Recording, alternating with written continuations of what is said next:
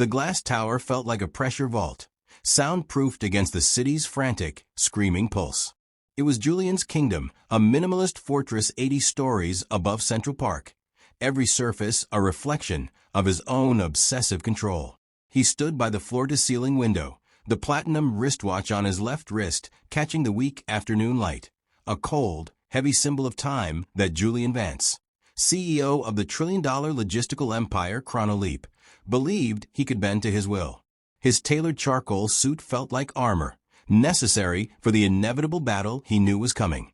He was waiting for his lawyer to finalize the legal positioning, but the door buzzer chimed, interrupting the sterile quiet with a sharp, unwelcome urgency. It wasn't his lawyer. It was Anya. She walked in like a storm front in a sea of beige, her long, dark chestnut hair slightly windblown, wearing an expensive, flowing emerald dress that stood out against the muted tones of his world. Anya didn't bother with the pleasantries of the foyer.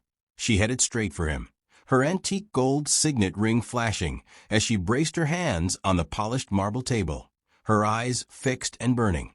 "I'm tired of the delays, Julian. 2 years. I want the divorce finalized now, this week. We agreed on the asset split 6 months ago. The only thing left on the table is the trust condition." Julian turned, his expression as flat and unreadable as the glass he'd been staring through. Stoicism was his default setting. "The condition stands, Anya. The settlement, the full liquidity you're demanding for the charity. It's contingent on Ethan completing his degree at Columbia, joining the advisory board of Chronoleap, and focusing on his career. He needs structure, Anya, not your bohemian delusions."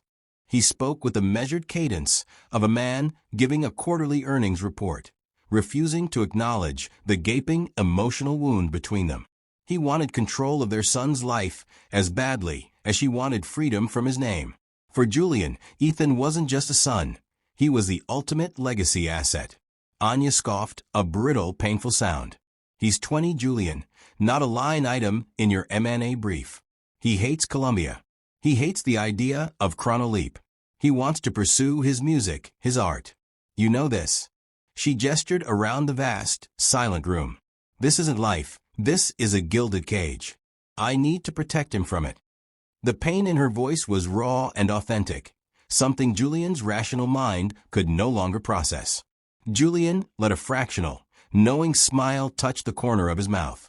It was a predatory look that chilled her. "You want to protect him? That's rich, Anya. You should have thought of that before you decided to check your son's grades last week."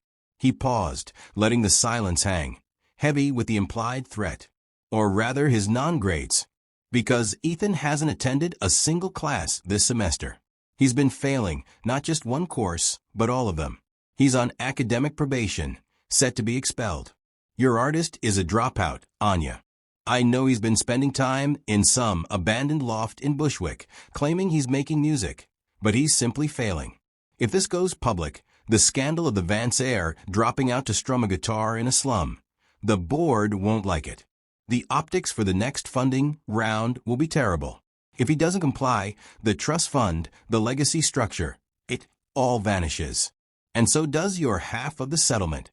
The air went out of Anya's lungs. The betrayal wasn't from Julian. It was from Ethan. Her son had been lying, avoiding the conflict by simply disappearing into a creative fantasy. The shock quickly curdled into a ferocious maternal instinct. Her eyes blazed with a new, dangerous fire. "You leverage your own son's emotional distress for a quarterly report," she spat, her voice low and venomous. "You think I won't fight this? I've been quiet about your infidelity for 2 years, Julian. I've kept the lid on every detail of your little affair with that VP from the London office, kept your pristine reputation intact. But you threaten Ethan's future, his happiness? You better believe I will burn this city down with the truth. The court, the press, the board, they're all going to hear about the real cost of being a Vance." It was a micro cliffhanger. A billionaire's pristine public image now dangerously balanced on a mother's fury. The drive across the bridge was a blur of angry asphalt and echoing accusations. Anya clutched the steering wheel of her customized Range Rover, its sleek, silent efficiency a stark contrast to the chaotic firestorm raging in her chest. Julian's words played on repeat. Your artist is a dropout. And worse, Ethan's silence, his secret life. She hadn't only been blindsided by her ex-husband's ruthlessness, but by her own son's profound capacity for deception. The man who had been the source of all her pain was now using their child's shame as a weapon. She navigated the narrow, graffiti-scarred streets of Bushwick, a world away from the gleaming minimalism of Julian's tower, searching for the address Ethan had listed for mail forwarding.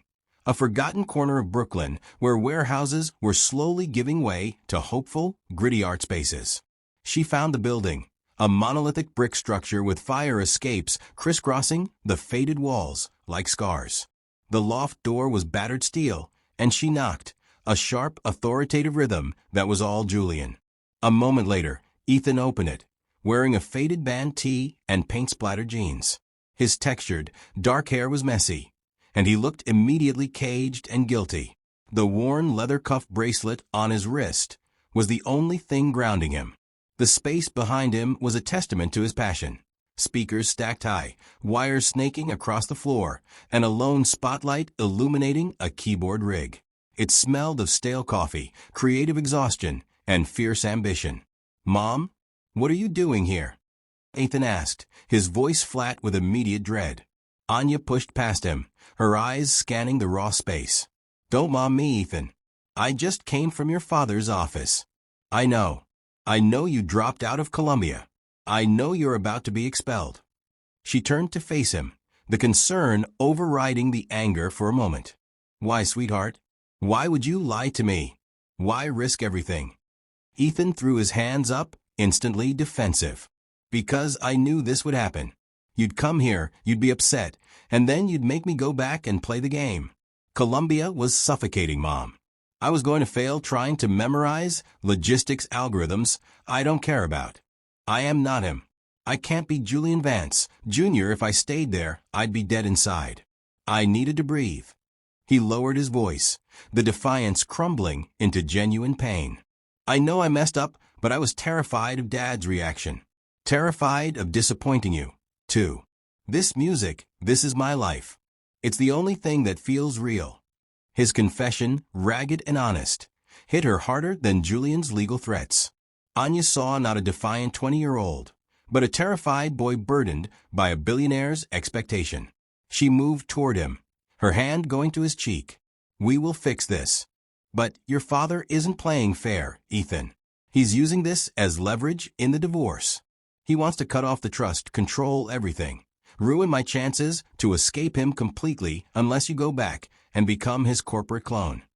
Her voice was soft but urgent. "We have to leave, right now. We'll go to the house in the Hamptons. We'll get a lawyer for you, too. We need to get you out of this building and away from his reach." Ethan pulled back, his eyes widening in panic. "No, Mom, you can't make me leave. Not tonight." He ran a hand through his dark hair, suddenly frantic. "I know this sounds crazy, but this is why I needed the loft. This is why I had to quit. I booked an underground showcase tonight. It's huge. It's not just a gig. A producer is coming, Eliza Vance. She's a huge name. She worked with the biggest names last year. She's coming here, tonight, to hear me.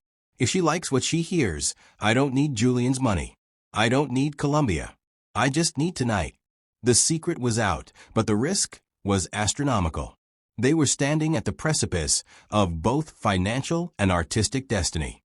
In that moment, standing amidst the wires and the raw, hopeful noise of a loft, Anya made her decision. Logic dictated she drag Ethan back to the controlled safety of the Hamptons estate, but her heart, bruised and aching from years of Julian's emotional tyranny, demanded defiance. She saw the genuine desperation in Ethan's eyes, the fear of becoming a corporate ghost, and it reminded her of her own struggles to maintain her artistic soul during her marriage. "Fine," she whispered, her voice firming with resolve. "We stay. You get your shot. But if this producer doesn't show, you and I are having a serious conversation about legal strategy. We need your independence, and we need it now." She immediately started helping him coiling cables, her elegant hands surprisingly competent. For the first time in years, mother and son were working together toward a common goal, the tension between them replaced by a shared, clandestine excitement. Meanwhile, 80 stories up, Julian was not resting. His paranoia, honed by running a billion-dollar company based on flawless, predictive logistics, had kicked in. He was tracking Ethan's secured phone, a small non-negotiable concession he'd built into their custody agreement years ago. His internal dashboard, a sleek, custom-built interface, showed an unexpected geo-spike. Not Columbia, not the Upper West Side, but a cluster of defunct warehouses in Bushwick. He leaned back in his leather chair, the platinum watch flashing under the cool office lights. He hated surprises. He especially hated losing control of his variables. The phone rang. It was his attorney. The news was unwelcome. "Mr. Vance, we've hit a snag. The judge isn't inclined to freeze the trust based on academic probation alone, especially given the son's age. We need something more concrete, a documented pattern of willful financial negligence, or an immediate breach of the custody agreement." Julian's jaw tightened, his meticulously controlled mask flickering. "Unacceptable. I gave him an ultimatum this afternoon. He hasn't complied. He's in a rundown area of Brooklyn, throwing away his future. I will not have my legacy dragged through the mud by his juvenile aspirations." The law was too slow, too procedural. He needed to apply direct pressure. He stood up, grabbing his bespoke cashmere coat. "Ready the car. We're going to Bushwick. If the heir won't come to the CEO will come to the heir." He needed to visually demonstrate his control, his presence, to shatter Ethan's fragile artistic confidence before this showcase could even begin. Anya, wiping dust off a speaker cabinet, realized she needed to confirm the high-stakes risk. She pulled out her phone and searched the producer's name, Eliza Vance. The results were immediate and astounding. Eliza Vance, once the music industry's most revered A&R genius, responsible for launching global superstars, and Julian's younger sister, who had famously and publicly excommunicated herself from the Vance family fortune 10 years prior over moral irreconcilability. The name was not a random producer. It was a deeply personal, symbolic act of defiance from Ethan. He was inviting the family pariah, the one person who validated his rebellion, to witness his success. Anya realized the depth of Ethan's desperation and the potential for a massive, catastrophic family conflict. Suddenly, a massive black SUV, a vehicle unmistakable in its armored opulence, slowly turned the corner onto the block. The tinted windows were the only thing separating the billionaire from the raw, noisy world of his estranged son. Julian was here. The sound of the SUV's powerful engine, humming menacingly right outside the loft, was the last thing Anya heard before the door opened, letting in the first nervous trickle of industry guests and fans. The clock had run out. The atmosphere in the loft moments before the show was thick with the nervous energy of anticipation and cheap beer.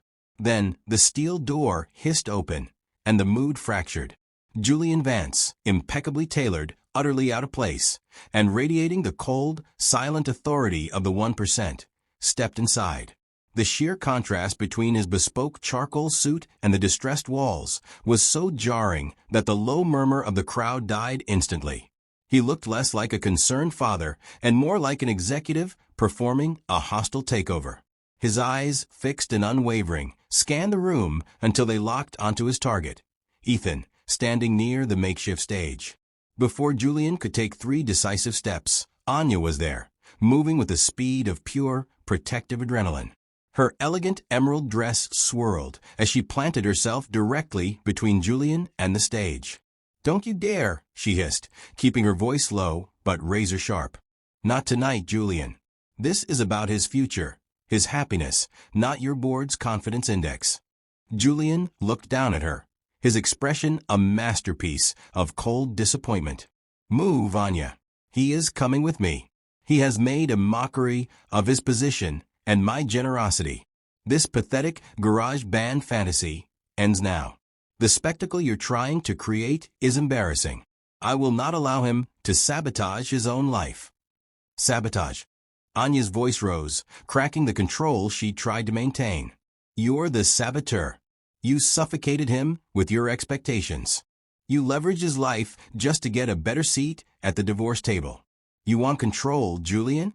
You lost control the moment you decided money mattered more than your own son's soul. It was a full-volume, public detonation of years of private pain. The noise of their fight finally reached Ethan, who saw the scene, his stoic, towering father and his furious, protective mother, unfolding at the entrance. In a flash of panicked desperation, realizing he was about to be dragged away, Ethan grabbed his microphone. He didn't wait for an introduction. He didn't wait for the lights. He shouted to the sound guy, "Hit it now." The loft was instantly assaulted by a blast of aggressive industrial-tinged synth and a heavy, distorted bass line. Ethan didn't sing. He spat the lyrics into the mic, his dark, textured hair falling into his eyes as he thrashed. The song, titled "The Vault," was a blistering, brutally honest exposé on the emotional decay beneath extreme wealth. His voice was raw, laced with anger and genuine, recognizable pain. Julian froze. The calculated extraction plan faltered. He heard the lyrics, clear and devastating, ringing through the industrial space. The silver spoon is plated rust, / we trade in gold for dust and trust / I'm locked inside your crystal vault, / it's nobody's crime, it's all my fault. The song wasn't just music. It was a psychological x-ray of the Vance family, a public declaration of his son's suffering. For the first time, Julian saw not the failing student, but the artist, and in the sheer, undeniable talent, he saw a threat to his carefully constructed public image. He felt a rare, unexpected jolt of guilt, the realization that his son had sacrificed everything just to make himself heard. Suddenly, a deeper voice boomed over the speakers, cutting through the music just as Ethan hit the chorus. "Ladies and gentlemen, a true legend has entered the building. Give it up for Eliza Vance." The name hung in the air, a final, catastrophic word in their family drama. Julian spun around, his stoic facade finally shattering into raw, unmasked shock. Standing in the doorway, silhouetted by the streetlights, was the one person he truly feared. His sister, the family outcast, the only person who understood the music world, and who possessed the power to permanently validate Ethan's rebellion. The ultimate judge had arrived. Eliza Vance, sharp, confident, and dressed in a modern black power suit that somehow looked more rebellious than Ethan's worn jeans, didn't spare her older brother a glance. She cut through the silenced crowd with the practiced ease of someone who understood power better than Julian did. Power derived not from money, but from irreplaceable talent. She bypassed the entrance and walked straight up to the stage, leaning against the monitors, her gaze locked onto Ethan's ferocious performance. She nodded to the rhythm, a silent, powerful endorsement that thrilled the small crowd and terrified Julian. Julian, his face flushed with a mixture of anger and humiliation, finally moved. He grabbed his sister's arm, his platinum wristwatch digging into her sleeve. "Eliza, you are violating the family agreement. We had a pact. Stay out of my affairs, I stay out of your life. He is a financial liability and a massive risk to the company's reputation. You know the rules." Eliza wrenched her arm free, her voice carrying easily over the sound system, cold and clear. "Rules, Julian? Your rules are what drove me away 10 years ago. Your rules are what made this boy write a song about feeling imprisoned. You think I'm here for the money? I made my own fortune, the honest way, by finding genuine talent. You only know how to manufacture obedience." She pointed at Ethan, who was finishing the explosive final verse. "This kid is generational. He's raw, he's real, and he's phenomenal. And unlike you, Julian, I actually know how to sign a contract that isn't contingent on an emotional chokehold." Anya stood slightly apart, feeling the electric current of the sibling rivalry. This wasn't just about Ethan anymore. It was the ultimate public confrontation of the two sides of the Vance legacy. The cold, calculating financial machine versus the passionate, exiled artistic spirit. She saw the relief flood Ethan's face as Eliza confirmed his worth, and she understood that this was the moment of his liberation. Julian, however, was a predator backed into a corner. His eyes narrowed. He understood the threat. Eliza's validation meant Ethan would never return to Chronoleap. His legacy asset was officially escaping. He reached into his suit pocket, pulling out his secure satellite phone. A move so calculated and public it felt like a declaration of war. He spoke into the phone with chilling clarity, his voice booming over the final, fading feedback of Ethan's set. Dean Michaels? Julian Vance. I am confirming my son, Ethan Vance, will not be returning to Colombia. Please finalize his immediate, permanent expulsion. Effective immediately. He paused, his gaze sweeping over the shocked faces of Ethan, Anya, and finally his sister. And effective immediately, all access to any Vance family trusts, bank accounts, credit cards, real property, and financial support for Ethan Vance is hereby revoked, permanently. He is officially disinherited. Zero access. Zero safety net. You want to be an artist, Ethan? Go be an artist. You'll start from nothing, just like everyone else. Julian dropped the phone back into his pocket, his tailored suit suddenly seeming more like the clothes of an executioner. The silence in the loft was deafening. He had done it. He had burned the bridge, forcing his son into absolute financial destitution, forcing Eliza to bankroll the entire operation if she wanted to sign him. The ultimatum was no longer about a degree. It was about survival. Julian Vance didn't say another word. His execution was complete. He simply turned, his back ramrod straight, and walked out of the raw, buzzing loft, leaving behind a wake of financial devastation.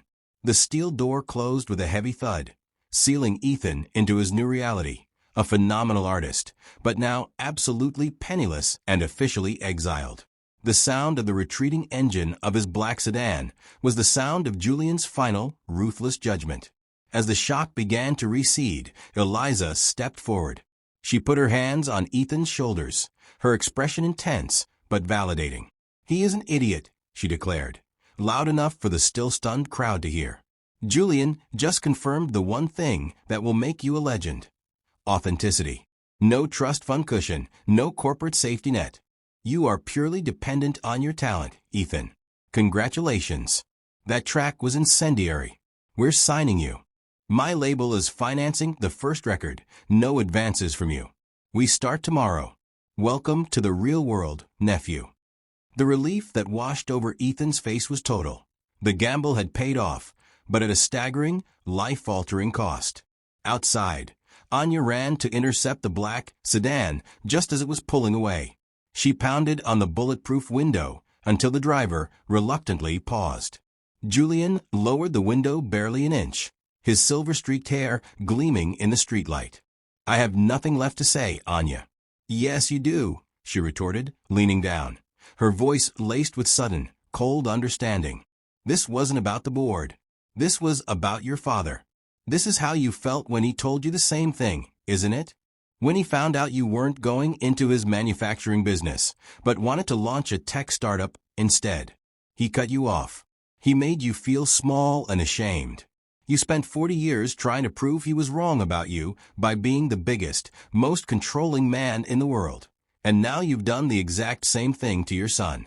You've used the pain he inflicted on you to destroy Ethan's chance at happiness." Julian flinched, a barely perceptible contraction around his eyes. It was the first time she had seen the polished armor buckle completely. He stared out the narrow slit of the window at the messy, hopeful lights of the loft. He spoke not to her, but to the memory of the past, his voice barely a rasp. "He didn't cut me off, Anya. He never spoke to me again. Not a single word. When he was on his deathbed, the last thing he did was sign the final paper, the one that legally disinherited me. He gave everything to Eliza, not because of her art, but because he knew it would hurt me most. He never forgave the betrayal." The admission hung between them. Julian Vance, the untouchable billionaire, was still the hurt, exiled 20-year-old trying to win his father's impossible love. Anya saw the depth of the generational wound, the sheer, crushing burden of his own unforgiveness. She didn't offer comfort. She offered a finality. "You think you've won, Julian? You haven't. You're alone. I'm going back inside. I won't take your money, but I'm going to use mine, the money I earned and the money I'm taking in the divorce, to help build what you tried to destroy. You created a vacuum of love. Now we fill it. She stepped back, turning her back on the sedan and the man inside it. Back in the vibrant, suddenly liberated loft, Ethan was hugging his Aunt Eliza, his face beaming. Anya walked up to them, a quiet strength settling over her. She slipped her arm through Ethan's. Your father made his choice, Ethan. I've made mine. We start a new life tomorrow. No rules, just music. Eliza raised a glass of cheap wine to Anya. Welcome to the resistance, sister-in-law. It's a lot noisier over here, but the company's better.